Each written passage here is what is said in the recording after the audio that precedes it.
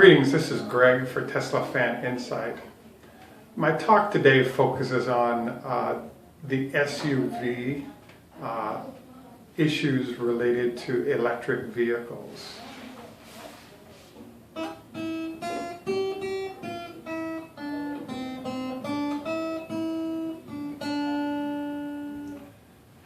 Bonjour, wie geht's, wie steht's noch? Immer aus Beinen.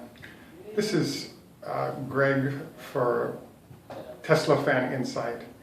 And I had a sort of an interesting thing pop up, which was I'd been casually surveying people about their plans for electric vehicles and what their interests might be.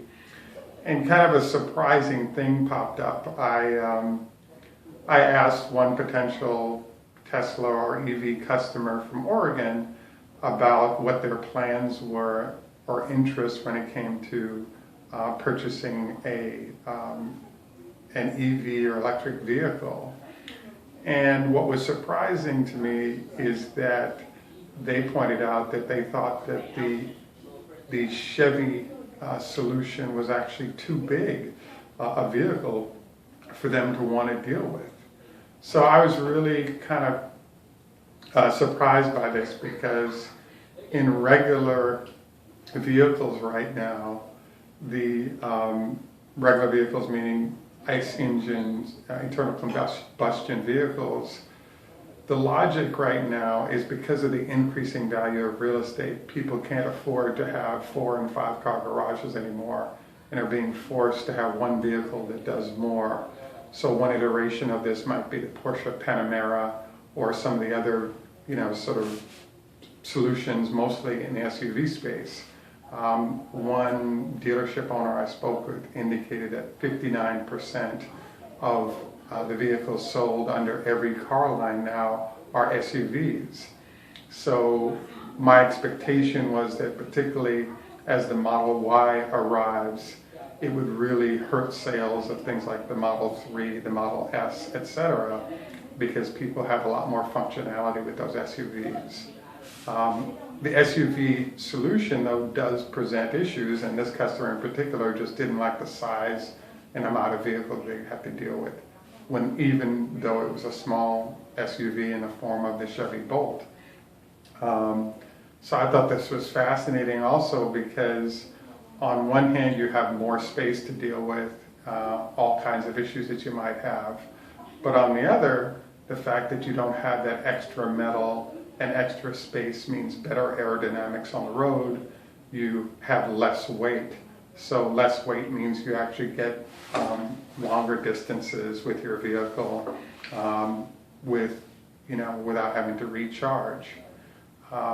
So I just thought it was fascinating to hear a counterintuitive reason why I had thought that Tesla's best choice would have been to do some kind of a small SUV or effectively an SUV as a solution. But there is real demand for a car, particularly if that doesn't damage range that you might have as you're trying to execute life as an owner of an electric vehicle. So I was kind of surprised by this, because I thought everybody would be SUV inclined. I have to admit, I'm 6'3", and I've had a chance to drive the Model X, and particularly with somewhat of a bad back, it's an amazing experience to go to the vehicle and have the suspension lift the vehicle up so one can get in comfortably and have the car drop back down, and not have to sort of duck down or do other moves to get in the vehicle. So I would say that I'm at a difference of opinion. I think that the SUV is a great iteration of the EVs, because it does give you space to carry things back and forth to Home Depot. It gives you better clearance, better visibility on the roads, a lot of these other features, but it does have more size. It does, because of the heavier weight, put more wear on everything, including tires and brakes, etc. And I just thought that was, really fascinating. I don't think Tesla has to worry about anything demand-wise right now, because meeting the first 400,000 customer needs is going to take some time, but beyond that, they do have the Model Y planned after they start delivering truck solutions in a couple of years. And surprisingly, it seems like there are a lot of people that will be happy to accept a Tesla as in a car setting rather than just demanding that they can have an SUV.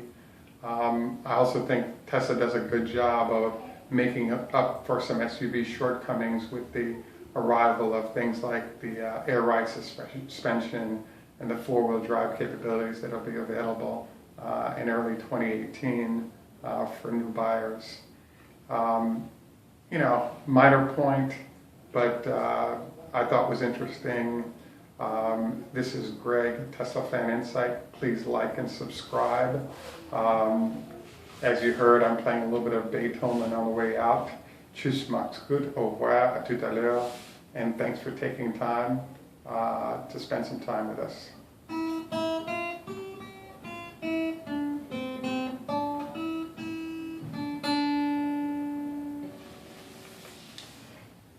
Au revoir, please like and subscribe. Tschüss, להתראות, Hoda Hafez.